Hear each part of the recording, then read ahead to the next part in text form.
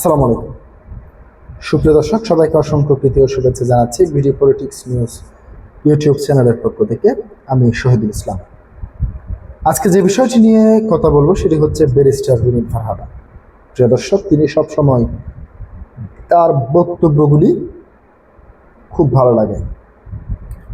এর কারণটি হচ্ছে, আপনারা জানেন যে অন্তর্বর্তীকালীন সরকারের করে যাওয়া যুক্তরাষ্ট্রের সঙ্গে যে বাণিজ্য চুক্তি, দেশবিরোধী যে বাণিজ্য চুক্তি, বাংলাদেশকে যে যুক্তরাষ্ট্রের পাঁচাটা গোলামে পরিণত করেছে, সেই বিষয়ে সংসদে বিএনপি ও জামায়াতের প্রায় সব সংসদ সদস্যই সবাই এক প্রকারের চুপ ছিলেন।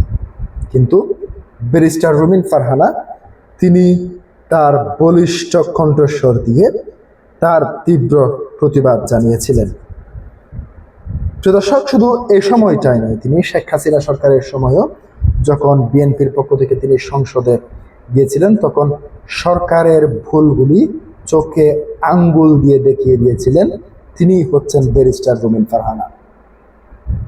প্রিয় দর্শক, এবার স্বরাষ্ট্রমন্ত্রীর অনুপস্থিতিতে, যেহেতু তিনি স্বরাষ্ট্রমন্ত্রী সালাউদ্দিন আহমেদ উপস্থিত থাকার কথা, কিন্তু কোনো কারণে তিনি উপস্থিত না থাকলেও তিনি স্বরাষ্ট্রমন্ত্রীকে উদ্দেশ্য করে তার যেই বার্তা সেটি দিতে তিনি ভুলেননি।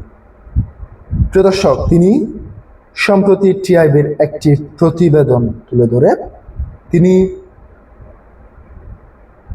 এই তারেক রহমান সরকারের, অর্থাৎ বিএনপি সরকারের 100 দিনের মধ্যে 100 দিনের যে অপরাধের প্রতিবেদন প্রকাশ করেছে, সেই অপরাধের প্রতিবেদনের মূল বিষয়গুলি তিনি সংসদে উত্থাপন করেছেন এবং সেটি বিরোধী দলের এত সংসদ সদস্য রয়েছেন, এমনকি জামাত ইসলামের আমির থেকে শুরু করে কেউ এই প্রশ্নগুলো উত্থাপন করেননি। প্রিয় দর্শক, তিনি কি বলেছেন সেটি আপনাদের সামনে একটু তুলে দিচ্ছি।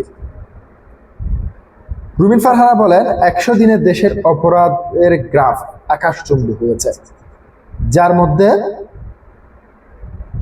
কেবল মার্চ ও এপ্রিল মাসে দেশে মোট 605টি খুন, 294টি ছিনতাই, 900টি ডাকাতি এবং 196টি অপহরণের ঘটনা ঘটেছে।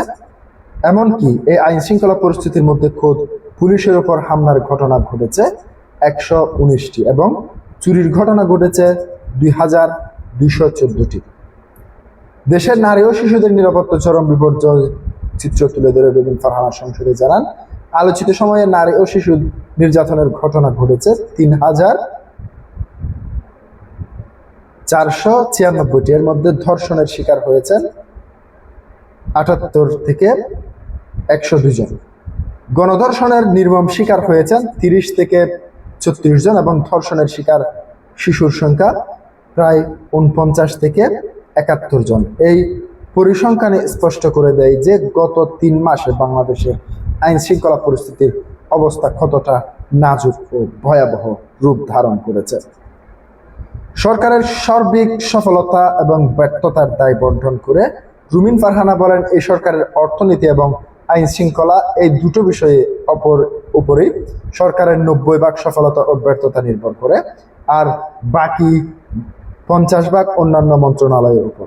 স্বরাষ্ট্রমন্ত্রী সংসদে উপস্থিত থাকলে তার ব্যর্থতার এই খতিয়ান আরো স্পষ্ট করে বলা সহজ হতে উল্লেখ করে তিনি জানান, সরকারের সফলতার বড় অংশ মূলত অর্থ এবং স্বরাষ্ট্রমন্ত্রীর উপর নির্ভর করে।